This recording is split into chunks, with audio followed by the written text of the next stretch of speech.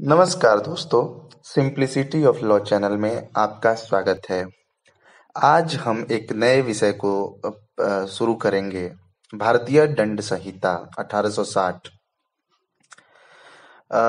इस लेक्चर में हम भारतीय दंड संहिता के एक बहुत महत्वपूर्ण टॉपिक को देखने वाले हैं, जिसका शीर्षक है थेफ्ट, चोरी।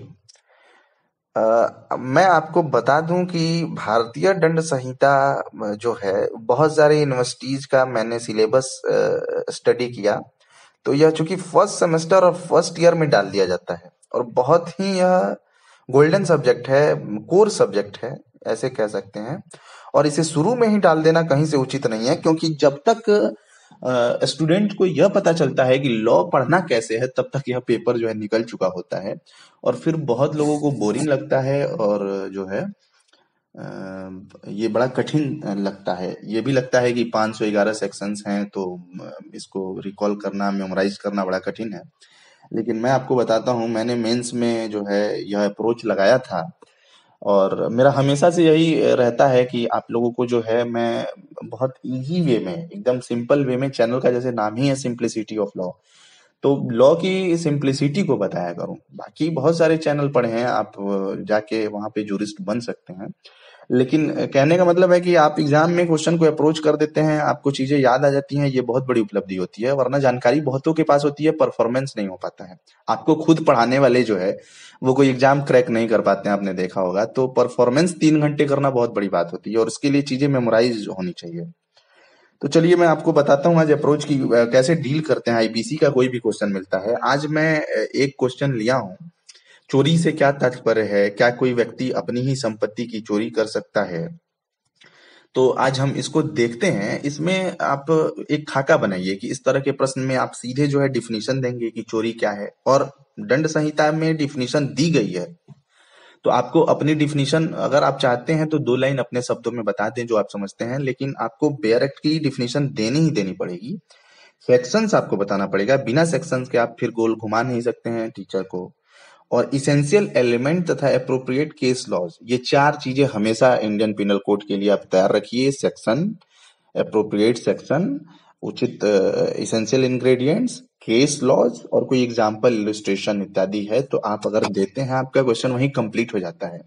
और यही 4 चीज को मैं फिंगर टिप से याद कराऊंगा और पिन पॉइंट में आप नोट भी कर सकते हैं इसे।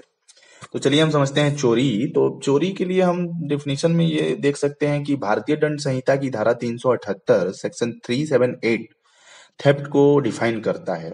और वो ऐसे डिफाइन करता है, बस इतना अपने शब्दों में लिखा और मैंने फिर जो है अपने बेयर एक्ट की डिफिनेशन दी कि जब कोई व्यक्ति किसी के कब्जे से, एक एक मतलब वर्ड पे ध्यान देने वाली बात है, जब कोई व्यक्ति किसी के कब्जे से उसकी सहमति के बिना कोई चल संपत्ति बेईमानी पूर्ण आशय से हटाता है, तो चोरी का अपराध करता है।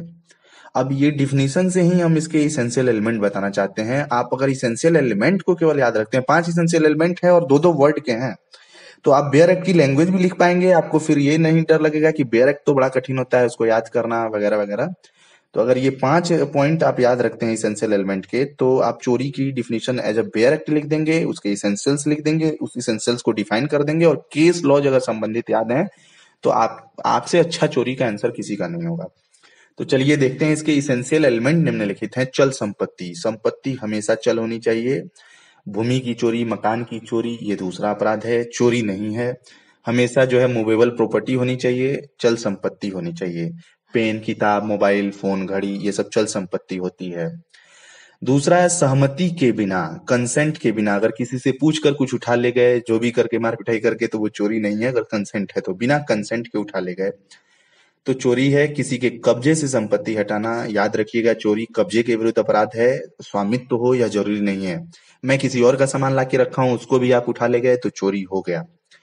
चौथा इसेंशियल एलिमेंट है बेईमानी पूर्ण आशय, डिसऑनेस्ट इंटेंशन होना बहुत जरूरी है। गुड फेथ में, सद्भावना पूर्वक, बाय मिस्टेक उठा ले गए मेरा मोबाइल, मेरी घड़ी, तो वो चोरी नहीं है। और पांचवा संपत्ति हटाए जाना, संपत्ति अपने जगह से दूसरे जगह हटी हो तभी चोरी का अपराध कारित होता है। तो 5 इसके इसेंशियल एलिमेंट हैं। चल संपत्ति, सहमति के बिना किसी के कब्जे से संपत्ति हटाना, बेईमानी पूर्ण आशय और संपत्ति हटाना, ये 5 एसेंशियल एलिमेंट से चोरी कमिटेड हो जाता, संपूर्ण हो जाता है। एक एग्जाम्पल देखते हैं, य की सहमति के बिना। जितने एसेंशियल एलिमेंट हैं देखिएगा इस इलस्ट्रेशन में आता है कि नहीं। य की सहमति के बिना, सहमति नहीं है। य के कब्जे में से, कब्जा है य का, एक वृक्ष बेईमानी से ले लेने के आशय से, डिसऑनेस्ट इंटेंशन है। य की भूमि पर लगे हुए वृक्ष को क काट डालता है। वृक्ष अचल संपत्ति है, लेकिन जैसे ही वह भूमि से अलग होता है, आपको पता है कोई भी अचल संपत्ति जैसे ही भूमि से अलग कर दी जाती है चल हो जाती है, तो चल संपत्ति भी हो गई। और ज्यों ही क ने इस प्रकार लेने के लिए उस वृक्ष को पृथक किया भूमि से, क ने चोरी की है। ठीक है। दूसरा इलिस्ट्रेशन है, क को राजमार्ग पर पड़ी हुई अंगूठी मिलती है जो किसी व्यक्ति के कब्जे में नहीं है। अब यहाँ देखिए एसेंशियल एलिमेंट में से एक मिसिंग है, कब्जा नहीं है किसी का। कौन ने उसको ले लेने से चोरी नहीं की, भले ही उसने संपत्ति का आपराधिक मतलब मिस एप्रोप्रिएशन कर दिया उस अंगूठी को उठाकर, लेकिन उसने चोरी नहीं की क्योंकि यहाँ कब्जा था ही नहीं, राजमार्ग पे पड़ी हुई अंगूठी मिल गई थी। तो वो यदि रख ले तो एज अ बेलमेंट का वो संविदा हो जाए। अगर उसका उपयोग कर देता है तो क्रिमिनल मिस एप्रोप्रिएशन हो जाता है। अब क्रिमिनल मिस एप्रोप्रिएशन को हम अगले लेक्चर में कवर करेंगे, लेकिन यहाँ पर एक इसेंशियल एलिमेंट मिसिंग है, तो अगर एक भी कोई मिसिंग रहता है तो वो चोरी का अपराध नहीं है। तो हमने देखा चोरी के लिए इसेंशियल एलिमेंट। अब जो है किसी व्यक्ति के कब्जे में से संपत्ति का हटाया जाना, जो पहला हमारा आवश्यक तत्व है, कब्जे से संपत्ति हटाया जाना। तो चोरी के अपराध के लिए संपत्ति किसी अन्य व्यक्ति के कब्जे में होना आवश्यक है, परंतु कब्जा शब्द को पिनल में कहीं भी नहीं परिभाषित किया गया है। कब्जे के लिए न तो भौतिक नियंत्रण जरूरी है और न ही वास्तविक चोरी के लिए चल संपत्ति का किसी व्यक्ति के कब्जे से हटाया जाना जरूरी है। लेकिन इसमें जो है एक जो है बहुत ही इंपॉर्टेंट केस है, राजस्थान राज्य बनाम पूर्ण सिंह के मामले में कहा गया कि चोरी का अपराध उस समय घटित होता है जब कोई व्यक्ति संपत्ति किसी अन्य व्यक्ति के कब्जे से हटाए और सड़क पर एक घड़ी पड़ी हुई पाता है और उसे बेईमानी पूर्ण आशय से अपने पास रख लेता है। यहाँ चोरी का अपराध घटित नहीं होगा क्योंकि घड़ी को किसी के कब्जे में से नहीं लिया गया है, बल्कि वह सार्वजनिक सड़क पर पाई गई है। अतः इसे हम संपत्ति का आपराधिक दुर्विनियोग कहेंगे।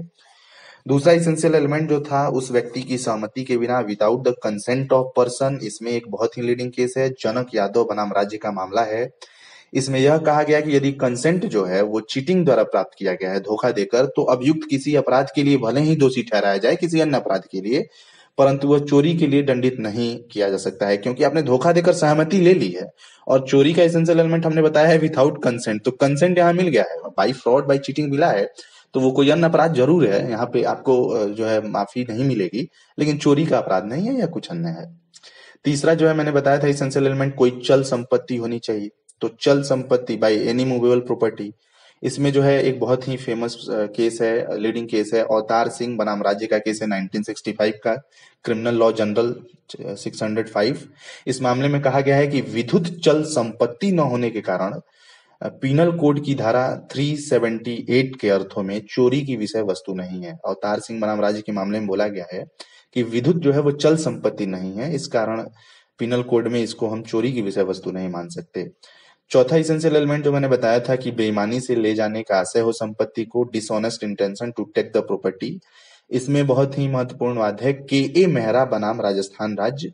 इस मामले में अभियुक्त ने भारतीय वायुसेना के एक हवाई जहाज को अनाधिकृत रूप से, अनऑथराइज्ड रूप से उड़ान भरने के लिए ले लिया था। बस उसने लिया था, उड़ाया नहीं था, लेकिन अपराधिकृत रूप से जो है के ए मेहरा बनाम राजस्थान राज्य में अभियुक्त ने जो है, एक्यूज्ड ने जो है भारतीय वायुसेना से एक हवाई जहाज को ले लिया था उड़ान भरने के लिए।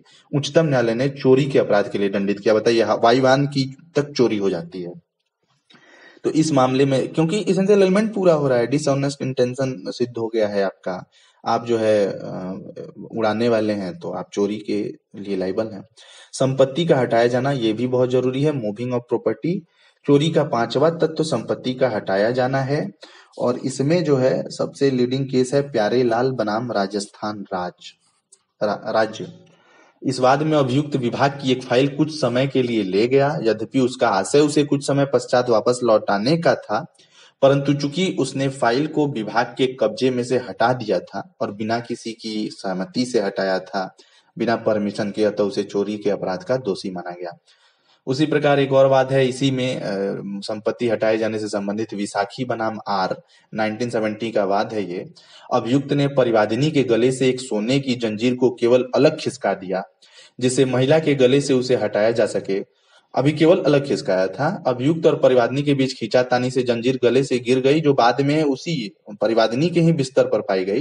लेकिन चूंकि इनका डिसऑनेस्ट इंटेंशन था, इन्होंने संपत्ति को खिसका दिया था, तो अभियुक्त को चोरी के दंड से दंडित किया गया क्योंकि वस्तु को चोरी का अपराध गठित करने के लिए पर्याप्त रूप से हटाया जा चुका था।